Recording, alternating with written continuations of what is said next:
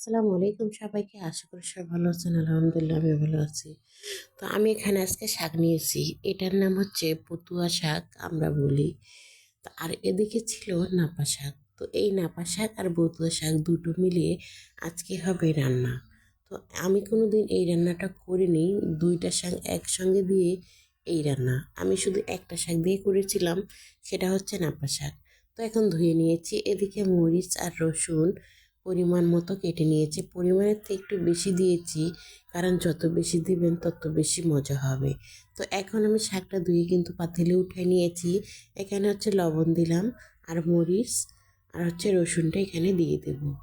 দিয়ে দেওয়ার পরে কিন্তু এখানে আমি চাল দিয়ে দেব। শুধু জালই হতে হবে, আর কোনো কিছু না। তো চাল হওয়ার পরে কি করতেছি দেখা। চাল হওয়ার পরে কিন্তু খুব সুন্দর বলক চলে আসছে। এখন আমি সুন্দর করে নেড়ে দিচ্ছি। নেড়ে দেওয়ার পরেই কিন্তু আমি এখানে আরেকটা জিনিস দিয়ে দেব। সেটাই হচ্ছে এই রান্নার মূল কারণ। তো ওটা ছাড়া কিন্তু এই রান্নাটা কিছুতেই ভালো লাগবে না। সেটা হচ্ছে যে আমি দেখিয়ে দেব, দিয়েও দেব আপনাদের মাঝে, সবার সামনেই দেখাই দিচ্ছি। তো দেখুন, শাকটা কিন্তু ঢাকা দিয়ে দিয়ে আমি একটু সিদ্ধ করে নিচ্ছি। সিদ্ধ করা হয়ে গেছে অনেকটা। এখন আমি দিয়ে দিচ্ছি ওই জিনিসটা।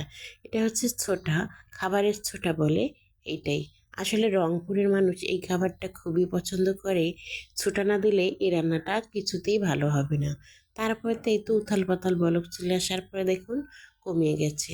মানে অল্প একটু হয়ে গেছে, কিন্তু এটা রান্না করতে হয় বড় পাতিলে, তাহলে আরও বেশি ভালো হয়। এখন একটু আমি খেয়ে আপনাদের দেখিয়ে দিচ্ছি কত মজা। আর সঙ্গে কিন্তু এটার সঙ্গে আলু ভর্তা থাকতেই হবে। তাই তো আলু ভর্তাটাও আমি নিয়ে নিয়েছি। আর এই তো নিয়ে নিলাম শলকা। এখন আমি মজা করে খাবো। খাওয়ার পরে দেখবেন কত ভালো লাগে। একদিন আপনারা ট্রাই করবেন, ভালো লাগবে।